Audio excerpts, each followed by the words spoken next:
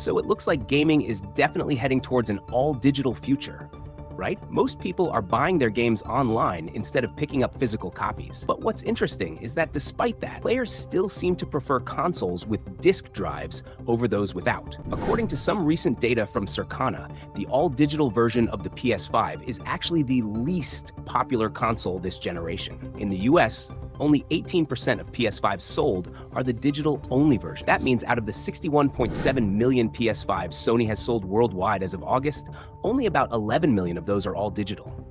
On the Xbox side, it's a bit more balanced. The Series S, which is Xbox's all-digital model, accounts for about 49% of their total Xbox Series sales so far, which comes to around 13.9 million Series S consoles sold. Now, why are people still leaning toward disc-based consoles, even when most games are bought digitally? There are a couple of reasons for this. First off, the pricing isn't doing the all-digital PS5 any favors. Unlike the Xbox Series S, which is much cheaper at $300 or less, the all-digital PS5 started at $400, and with the new Slim version, it even got a price bump to $450. And get this, if you ever decide you want to add a disk drive later, it's going to cost you an extra $80, making it more expensive than just buying a regular PS5 with a disk drive already built in. Another big reason is that many gamers still have a collection of physical games from the PS4 era. Even if most of their new purchases are digital, they still want that option to pop in a disc for older games, or maybe even to watch Blu-ray movies. Plus, some major releases like God of War Ragnarok sold better in physical form than digital, which tells us there's still a decent demand for physical copies, especially when it comes to these huge first-party Sony blockbusters. There's also a lot of speculation that we might be heading for a time when all consoles go digital only.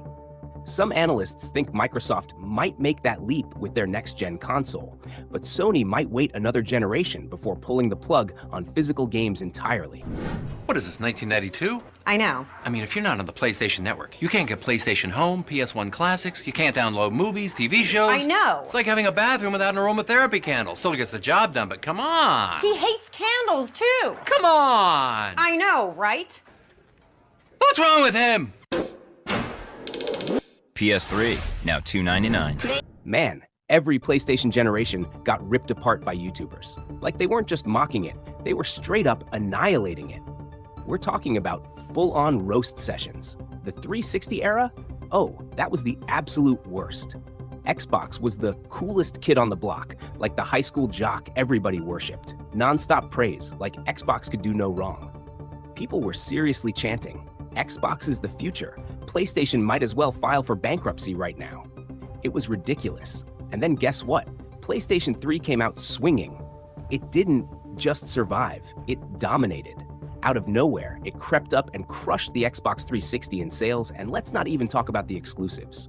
Oh man, those were like knockout punches. Xbox was so close to keeping its throne though, like right there. All they had to do was keep doing what they were doing, right? Keep that cool, sleek vibe going. Simple, right? Nope. What did Xbox do? Xbox do Kinect. Xbox do confusing online services. Xbox do not good. They fumbled the bag so hard, it's almost painful to watch. From that point on, PlayStation went into beast mode. They've been dominating every single generation since. Xbox is out here throwing weird experimental ideas at the wall, like motion controls and whatever, while PlayStation's just chilling, wrecking the competition. Slaying, destroying everyone. And then there's Nintendo. Oh boy, let's talk about that. Nintendo actually had the better hardware back in the day. The GameCube? More powerful than the PS2. The original Xbox? Technically better too. But guess what? It didn't matter at all. PlayStation 2 came through like a wrecking ball and slapped Nintendo and Xbox so hard, Nintendo basically retreated and started making toys again. Like, guess we'll roll out the Wii now. And the Switch? Yeah, it's selling like hotcakes, but come on. It's because Nintendo's cheap. You accidentally sneeze in a store, and suddenly you're walking out with a Switch Lite. No joke. But the wildest thing is, every time PlayStation drops a new console, it's like the same epic saga all over again. You know what happens? PC gamers lose their minds. You see these dudes online throwing fits, sobbing into their keyboards. Why PlayStation looks so good? Why my graphics card costs the same as a PS5 but can't run anything right? When it comes down to it, I think consoles like the PS5 Pro just make things simpler for a lot of people who don't want the hassle of tweaking settings or upgrading hardware every few years to keep up. The system requirements for Spider-Man 2 show just how powerful the PS5 Pro really is. To get the same level of performance on a PC, you'd need to spend around $2,000 for something on par with an RTX 4080, which would give you that 4K, 60 FPS experience right out of the box.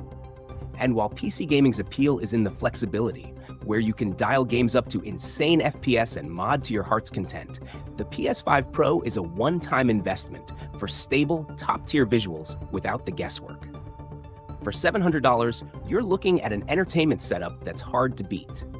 Now, don't get me wrong, I get the thrill of having a strong PC rig. There's a beauty to seeing older games with mods run at ultra-high frame rates, and I'd never downplay that. But for me, and for a lot of other gamers, we just want a system that handles 4K 60 FPS without the need to optimize or troubleshoot. A console that's straightforward, powerful, and reliable is just where it's at right now. I always tell my viewers that, of course, a $2,000 PC is going to offer things a PS5 Pro won't. But the $700 PS5 Pro is simply unbeatable value for what it offers. You can buy a $1,000 PC, but with the rate at which games advance, that's not going to hold up against the Pro. All right, so basically, in this interview, the CEO and vice president of S-Game, the studio behind Phantom Blade Zero, are talking about how Chinese developers are really starting to make a name for themselves in the console gaming world.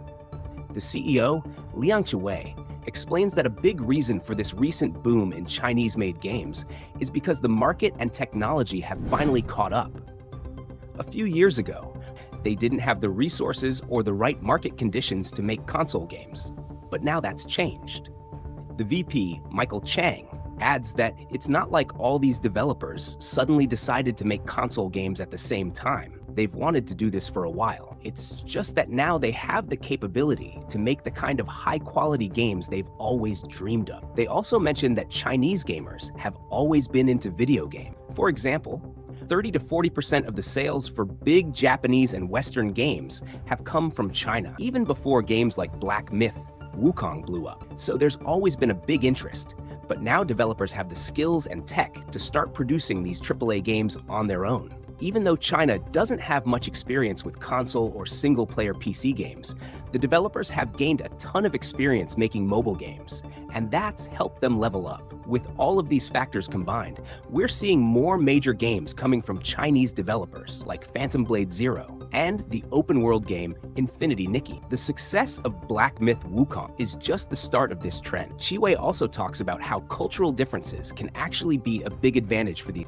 He mentions that even though Black Myth Wukong was based on one of China's most famous novels, Journey to the West, which could have been hard for international audiences to understand, people ended up loving it because of its high quality. He compares this to how Chinese players learned about Japanese samurai through Japanese games. They didn't care much about samurai at first, but after playing awesome games about them, it became a popular theme. Chiwei thinks that these cultural differences can actually help draw more players in. If a game is fun and well made, those unfamiliar cultural elements will feel fresh and exciting.